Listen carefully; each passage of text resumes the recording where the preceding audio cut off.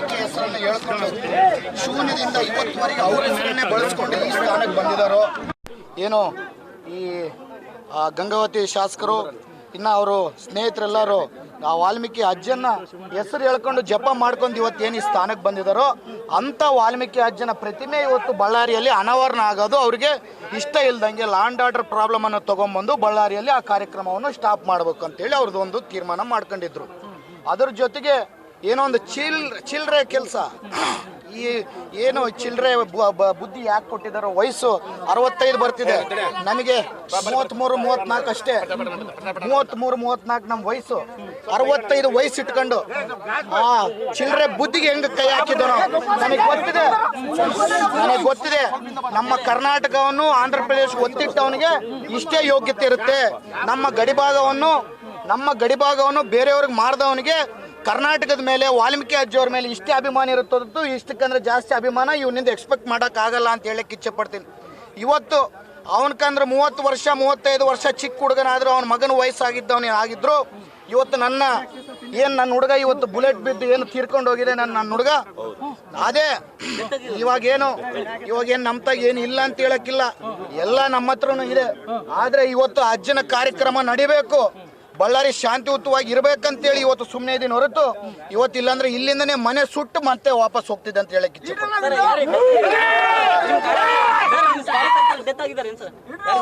ಹೌದು, ಈಗ ಬುಲೆಟ್ ಬಿದ್ದು ಡೆತ್ ಆಗಿದ್ದಾನೆ.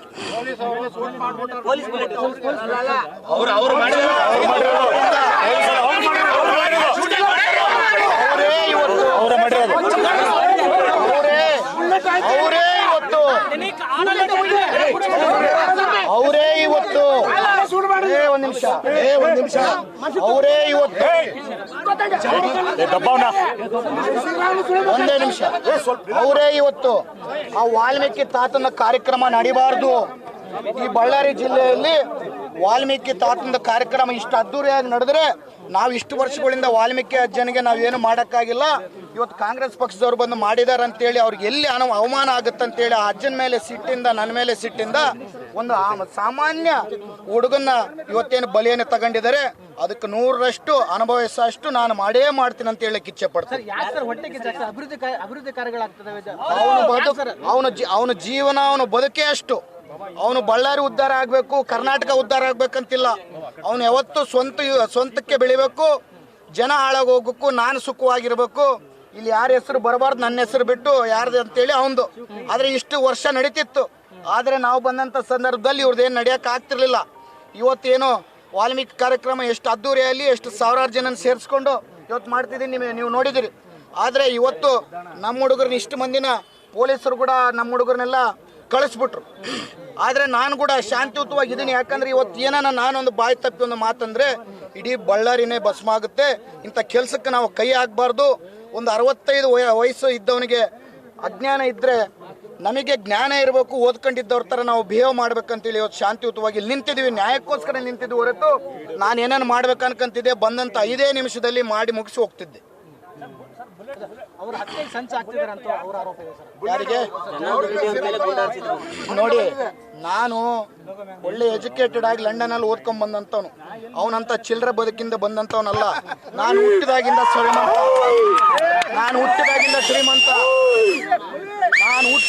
ಶ್ರೀಮಂತ.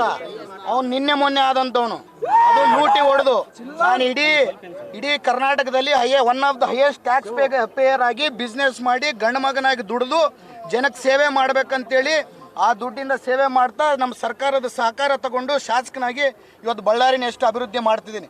ಹತ್ಯೆಗೆ ಸಂಚು ಮಾಡ್ಬೇಕಂದ್ರೆ ನಾನು ಇಲ್ಲಿವರೆಗೆ ಬರೋ ಅವಶ್ಯಕತೆ ಇಲ್ಲ. ನನಗೆ ಬೇರೆ ರೀತಿಯಲ್ಲಿ ಭಾಳಷ್ಟು ಎಲ್ಲ ನನಗೇನು ಅವ್ರಿಗೇನಿರುತ್ತೋ ಅದಕ್ಕೆ 100 ಪಟ್ಟು ನನಗೂ ಎಲ್ಲ ರೀತಿಯಲ್ಲಿ ಇದ್ದೀನಿ. ಆದರೆ ನಾನು ಅಂಥ ಕೆಲಸಕ್ಕೆ ಕೈ ಹಾಕೋನಲ್ಲ. ಒಂದು ಓದ್ಕೊಂಡಿದ್ದವನಾಗಿ ಒಂದು ಬಳ್ಳಾರಿ ಅಭಿವೃದ್ಧಿ ಆಗ್ಬೇಕು, ಬಳ್ಳಾರಿ ಶಾಂತಿಯುತವಾಗಿ ಇರಬೇಕಂತ ಕೋರ್ಕೊಂಡಿದ್ದವನು. ನಾನು ಬಂದಂಥ ದಿವಸದಿಂದ ಇವತ್ತುವರೆಗೆ ಎಲ್ಲನೂ ಒಂದು ಸಣ್ಣ ಗಲಾಟೆ ಆಗಿತ್ತ, ಎಲ್ಲನೋ ಒಂದು ಸಣ್ಣ ಮರ್ಡರ್ ಆಗಿತ್ತ. ಇವ್ರಿದ್ದಂಥ ಟೈಮಲ್ಲಿ ಪ್ರತಿದಿನ ಒಂದು ಮರ್ಡರ್ ಆಗ್ತಿತ್ತು.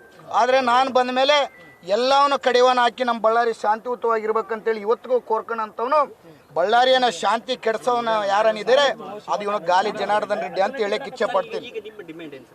ನನ್ನ ಡಿಮ್ಯಾಂಡು ಯಾರಲ್ಲಿದ್ದಾರೋ ಅವನ ಜನಾರ್ದನ್ ರೆಡ್ಡಿ ಅವನು ಏನು ಅಸೋಸಿಯೇಟ್ಸ್ ಇದ್ದಾರೋ ಇವತ್ತೇನು ಇಲ್ಲಿ ಮರ್ಡರ್ ನಡೆದಿದ್ದೇನೋ ನಮ್ಮ ವಾಲ್ಮೀಕಿ ಅಜ್ಜನಿಗೆ ಮತ್ತೆ ನಮ್ಮ ಸಮುದಾಯಕ್ಕೆ ಏನು ಅಟ್ರಾಸಿಟಿ ಇವತ್ತಾಗಿದೆನೋ ಅವ್ರ ಮೇಲೆ ಮರ್ಡರ್ ಕೇಸ್ ಹಾಕಿ ತಕ್ಷಣವಾಗಿ ಅವ್ರನ್ನ ಅರೆಸ್ಟ್ ಮಾಡಬೇಕು ಅಂತ ಹೇಳಿ ನಮ್ಮ ಆಗ್ರಹ ಇದೆ. ಇಲ್ಲ, ಅಲ್ಲಿವರೆಗೆ ಹೋಗಲು ಸಾಧ್ಯನೇ ಇಲ್ಲ. ಇಲ್ಲೇ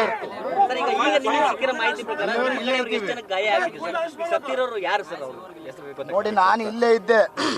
ಪೊಲೀಸರು ಅವಾಗಿಂದ ನನ್ನ ಇಟ್ಕೊಂಡು ಅವ್ರನ್ನ ದೊಪ್ತಾ ಇಲ್ಲ ಹೊರತು ನನ್ನ ಇಟ್ಕೊಂಡು ಈ ಕಡೆ ತಗೊಂಡು ಬರ್ತಿದ್ದಾರೆ. ನಾನು ಯಾರನ್ನೋದು ಕೂಡ ಇನ್ನ ಆ ಹುಡುಗ ಪಾಪ ಒಂದು 4,000ರಿಂದ 5,000 ಜನ ಬಂದಿದ್ರು. ಎಲ್ಲರನ್ನ ಇವ್ರು ಪೊಲೀಸರು ಚೆಲ್ಲಾಚೆದ್ರ ಮಾಡಿ ಒಂದು ಹುಡುಗ ತೀರ್ಕೊಂಡು ಹೋಗಿದ್ದಾನೆ. ಆಗ್ಲಿ ಇವತ್ತು ಆ ಹುಡುಗ ತ್ಯಾಗ ಆ ನಮ್ಮ ವಾಲ್ಮೀಕಿ ಅಜ್ಜನಕ್ಕೋಸ್ಕರ ಇವ್ರ ಪಾಪ ಇಲ್ಲಿ ಹೊತ್ತಿಗೆ ಮುಗಿಸೋಕ್ಕೋಸ್ಕರ ಆ ಹುಡುಗನ ತ್ಯಾಗ ಆಗಿದೆ ಅಂತೇಳಿ ನಂಬಿ ಇವ್ರನ್ನ ಮುಗಿಸ್ತೀನಿ ಅಂತೇಳಿ ಇವತ್ತುವರೆಗೆ ರಾಜಕೀಯವಾಗಿ ಅವ್ರನ್ನ ಮುಗಿಸಿದೆ. ಎಲ್ಲ ರೀತಿಯಲ್ಲಿ ಅಂದರೆ ನಾನು ಪರ್ಸನಲ್ಗೆಲ್ಲ ಹೋಗಲ್ಲ. ಎಲ್ಲ ರೀತಿಯಲ್ಲಿ ಜನಕ್ಕೆ ಇವ್ರು ಎಂಥ ಹೇಡಿಗಳು ಎಂಥ ಕೆಲಸ ಮಾಡ್ತಾರೆ ಅಂತೇಳಿ ಜನಕ್ಕೆ ಹೇಳ್ಕೊಡೋಂಥ ಕೆಲಸ ಮಾಡ್ತಾರೆ. ಇಲ್ಲ, ಅವ್ರ ಕಡೆಯವರಿಂದನೇ. ಹೌದು, ಈಗ ಕೊಡ್ತೀವಿ. ಕಂಪ್ಲೇಂಟ್ ಕೊಟ್ರ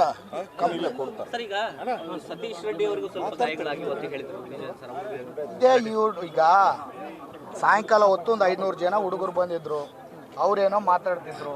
ಆ ಟೈಮಲ್ಲಿ ಅವ್ರೇನೋ ಒಂದು ಕಲ್ಲು ಹೊಸೆಯೋದು, ಇವರೇನೋ ಒಂದು ಕಲ್ಲು ಹೊಸೆಯೋದು ಆಗಿದೆ. ಆ ಟೈಮಲ್ಲಿ ಒಂದು ಕಾನಿಸ್ಟೇಬಲ್ಗೆ ಒಂದು ಏಟು ಬಿದ್ದು ಅದ್ರ ಪಕ್ಕಿಗೆ ಸತೀಶ್ ಅಣ್ಣ ಅವ್ರಿಗೆ ಒಂದು ಏಟು ಬಿದ್ದಿದೆ ಅಂತೇಳಿ ನನ್ನ ಮಾಹಿತಿ. ಅದಕ್ಕೋಸ್ಕರ ನಾನು ಅಲ್ಲಿಂದ ಇಲ್ಲಿ ಬಂದರೆ ಅಷ್ಟೊತ್ತಿಗೆ, ಯಾಕಂದರೆ ಆ ಕಾರ್ಯಕ್ರಮವನ್ನು ಸಕ್ಸಸ್ ಮಾಡ್ಬೇಕಂತೇಳಿ ಒಂದು 2-3 ತಿಂಗಳಿಂದ ವಾಲ್ಮೀಕಿ ಅಜ್ಜಿಯವ್ರ ಕಾರ್ಯಕ್ರಮ ಮಾಡಬೇಕು.